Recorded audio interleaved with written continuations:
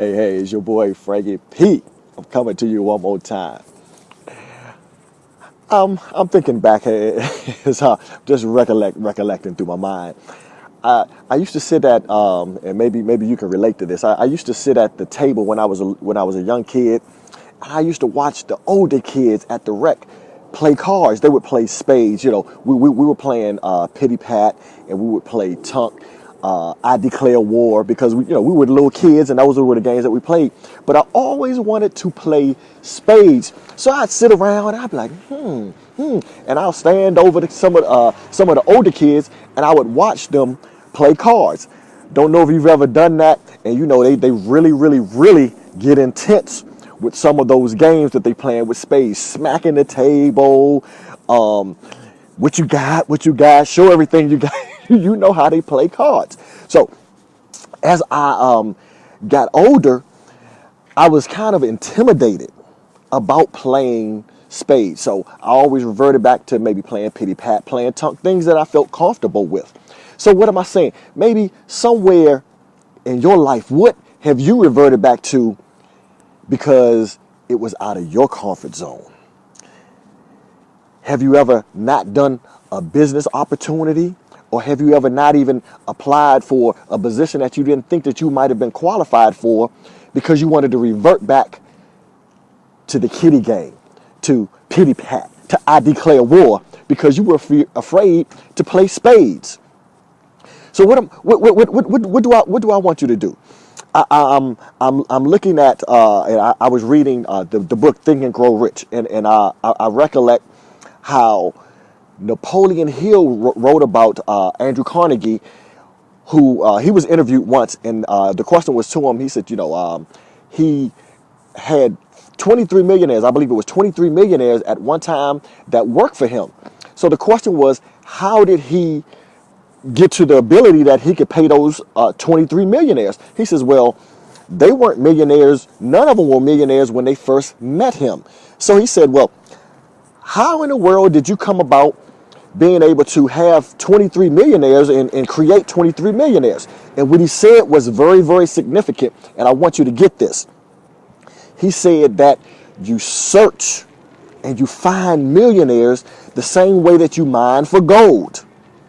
You don't look at all the dirt that's around it, but you go in and you look for the gold. And that's what I'm telling you about your dreams. That's what I'm telling you about your vision that you have. Don't look at the dirt. Don't look at everything that's happening around you, because if you focus on whatever you focus on, you've heard it before, whatever you focus on tends to manifest itself in your life. So if you focus on the negative things in your life, that's what you're going to get. Always negative activities in your life. So focus on the gold, not the dirt. The dirt will always be around you. It's always going to be there. I want you to strengthen your belief structure. How do you do that? Well, there's a formula, and in another video I go through the formula. But it all goes down to your belief. It all goes to your belief. What do you believe? Now, based on your belief, you will find things. You are always searching for confirmation to what you believe. Whatever it is that you believe, you're searching for confirmation, because you don't want to be wrong. We as humans, we don't want to be wrong. So what we do, we search for confirmation based on our belief. If you believe something negatively, you're searching for confirmation. No matter what happens around you that contradicts your belief, you're going to find a way to make your belief correct. No matter what it is. Even I'm a Redskin fan. There's no way that you can't tell me that the Redskins not going to the playoffs next year. And I will argue you down, and I will find one thing that RG3 did last year to tell you why. Because that's my belief. And I will fight for my conviction. You will fight for what you believe, negatively or positively. If you are the type of person where an opportunity has been given to you or presented to you and you haven't moved, it's simply based on your belief that it's not going to work for you. And you're always searching for anything that's around you that's going to make your conviction correct. So how do you do that? It is the way to overcome that is so crazy, because your conviction dictates your action, right? So watch this. How do you overcome it? Do a totally different action. You overcome it by doing something contrary to your belief. And then what happens is you say, well, that's not that bad. Your belief begins to change based on the action that you took. So if you're scared, do it anyway. And like you say, just do it anyway. And you will find that your convictions, then those negative convictions that you have, you can manifest anything in your life that you choose starting today. If your relationship is faltering, it's because of your belief, your negative beliefs, those convictions. It doesn't necessarily have to be true. Most times, your job, the things that are happening around you, they aren't true. You are manifesting those in your life. And you're searching for reasons to make it, well, I hate this job. You're searching for reasons why you hate the job. Well, I don't like this relationship. You're searching for reasons why you don't like the relationship. If you are in a great relationship, trust me, you're searching for things why your relationship is great, because everybody has ups and downs in their relationship. Everybody have good and bad days at work. But if you're focusing on the negative days at work, if you're so focusing on the negative things in your relationship, if you're focusing on why you should not be in business, guess what? You'll never be in business. You'll never take that leap. So I'm talking to that person. I'm talking to you because you're on the fence. You're on the fence right now. You're ready to make that leap.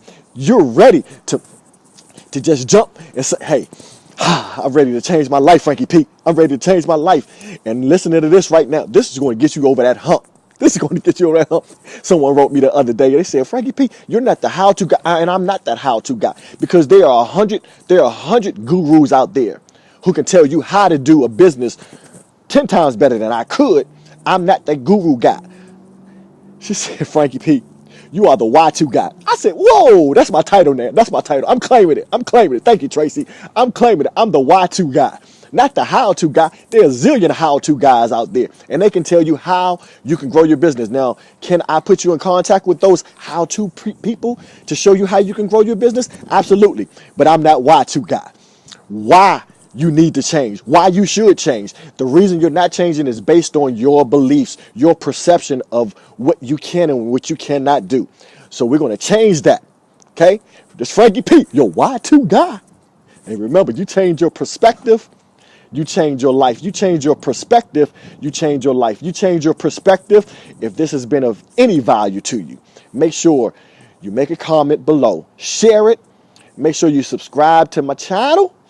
We're going to connect, and we're going to keep you understanding why you should, you could, and you have to make the change to make great things happen in your life. And guess what? You're going to change your life.